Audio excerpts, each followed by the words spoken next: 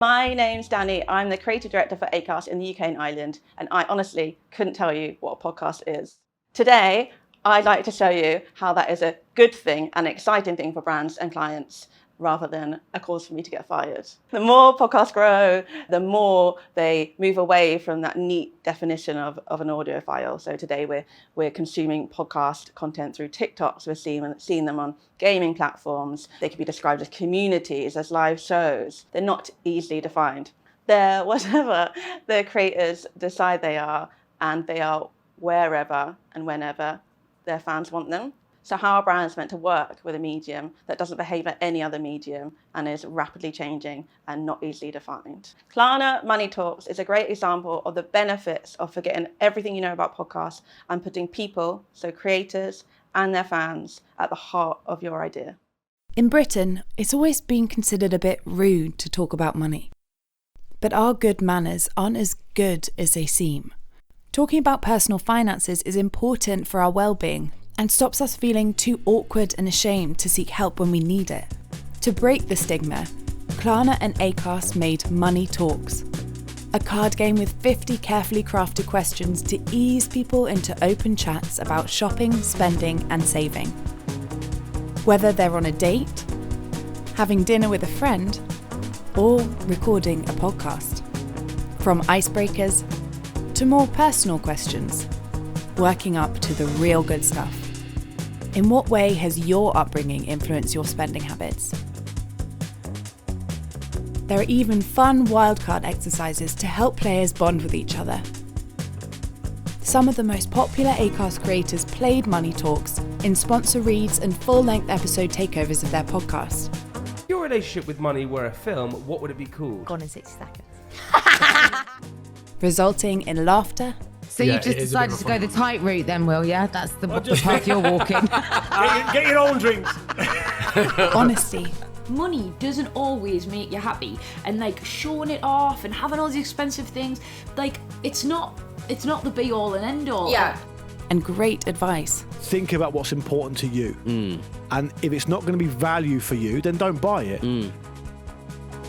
Best of all, it kick-started a conversation beyond audio, with people sharing their favourite questions all over social and over 17,000 on a waitlist to claim a pack of cards. The demand for the Money Talks game played by podcasters was so huge it now lives permanently on the Klarna app, proving that with a little help, talking about money can feel rather good. It's been great, isn't it? It's always fun. Yeah. It's always fun to have a good chat. And I think, if you can talk openly and have a bit of fun with it without being too serious, because I think that's the way you get messages across. Hi, Andrew. Hi, Danny. You're here with me on the couch today to talk through the campaign in a little bit more detail. Yes. But before we get to the good stuff, if you could give your younger self a piece of money advice, what would you say? Save the money that your grandparents have saved for you, and do not spend it on Christmas presents for everyone in your form, because they will not do the same for you. And that is a waste of money. What did you get there? Oh my God, I spent like hundreds of pounds on like everyone in my class, because I think I was just like trying to be the cool kid, trying to be cool, trying to be popular, and it just backfired. I don't know why I did it. I just bought everyone a present. Yeah. Who does that? They'll remember that for years though. They probably won't. They probably forgot like January 1st. That was not a cool thing to do in year 8. Very generous. Very generous, and speaks volumes of who I am as a person, but just should have saved that money. Could have used that at uni. Yeah. So we're having a great time talking about money. Do you think it's important to talk about money? I do, and I think it's really important that people feel the same, because I think talking about money can alleviate a lot of stress and anxiety that people have. And I think if you don't talk about it, you kind of just like keep it all inside, and it just, all these worries kind of can overcome you. So I think having the confidence and the tools and the knowledge to talk about money can really benefit anyone, just mentally, emotionally. You'd be surprised how many people are going through the same problems that you are and have the same concerns you do. So yeah, just sharing and opening up to people, I think, could really benefit everyone.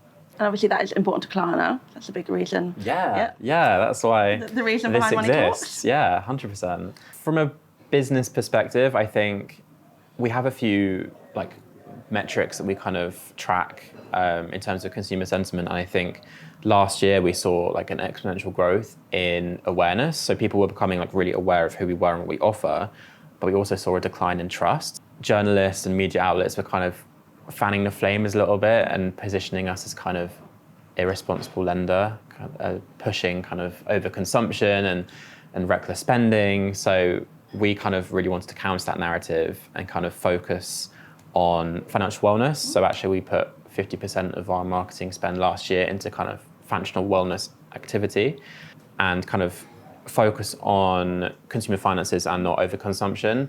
And on the flip side of kind of our brand focus, money in general is a very taboo subject. Like not a lot of people find it easy or comfortable to talk about. So we wanted to kind of tackle that issue head on and position us as kind of like a money mentor. Yeah. So not only kind of a responsible lender, but also kind of an enabler of conversations kind of about spending, saving and shopping in a kind of safe way. And I guess that's how Money Talks kind of came about. So combining our kind of brand focus with this idea that money is like a difficult subject. So I think what was great about this is how much fun the podcasters had. So we got loads of great feedback, and you can hear that in the work. Like you can hear that they're enjoying it and they're enjoying spending time with the game. But of course, that podcast partnerships weren't the only thing going on in this campaign. Right. There was PR, there was social, there's influencer outreach. Can you talk to us a bit more about what was going on there and about the broader channel mix? It was great to utilise the Acast network and kind of reach new audiences in a new way, but we obviously can't forget about like our own audience. So we push the game in our own channels, so through our own social, through email, and in our app as well. We got 1,000 copies of the game made up. We earmarked a few hundred of those to send off to journalists and media outlets to get the game in front of them, which resulted in some really great press coverage. And then we also made some kind of date night dinner kits for some top tier talent. So we sent them the game as well as like a patty and bun meal kit to get kind of conversations flowing over dinner, which was really great. And we saw a lot of people post about that on social, which was really nice. And we worked with influencers as well to kind of create some real style content that they shared on their own channels to kind of drive engagement and awareness of the game and ultimately drive to a website we built where consumers could register for a copy of the game themselves, which saw huge traction. We only had a few hundred copies of the game earmarked for consumers, but we had over 17,000 people register for a chance to get a copy. So that was really amazing. We didn't know if there'd be like an appetite for this kind of thing. You know, our consumers love a competition and a giveaway when it's something so kind of financially minded. Yeah. We weren't sure if people would actually take an interest, but yeah, we were really surprised by how many people signed up. We had a lot of different channels that we kind of engaged with to drive awareness of the game and ultimately drive traffic to the competition website. Yeah. And I think there's two things there. So I think that's like a real testament to like the Klarna team's like way of working, like being really collaborative and like lean in and like running with the idea and making sure it had the best chance of like surviving, for want of a better word. But survival. Yeah. Thriving. Thriving. Even though of course we that was creating something real and like we cared a lot about that, as you just said. We weren't expecting so many people to effectively be on a wait list for, let's be honest, it's an ad, isn't it? Like, it literally is just an ad. Yeah. Let's talk a little bit about the results then. So of course, like over 17,000 people on the wait list for the Klarna game. Brilliant. Yes. We love that. I think remember my stats, I think over 3.1 million people reached compared to sort of the 1.8 planned. But what I find really, really interesting is the dwell times. People are listening to the Money Talks podcast episodes for an average of 36 minutes, which is, I think, really high. Yeah, like unheard of. So that is people not just queuing up to like play with the game, but also listening to other people play it for upwards of 36 minutes. Yeah. What can that 36 minutes do for you as a marketeer?